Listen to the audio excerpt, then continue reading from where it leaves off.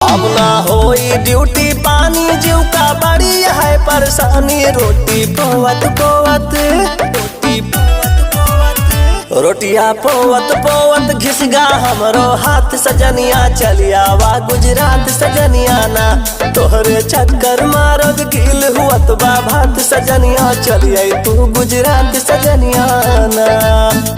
बहुत दिक्कत यार, समझे कोशिश करा प्लीज। चलिए हवा ना प्लीज।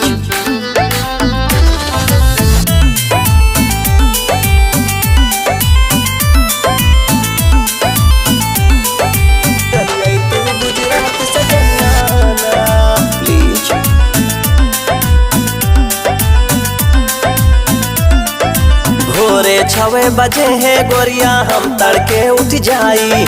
बर्तन धोई तो आवे रोआई, रही रही के सुधियाई।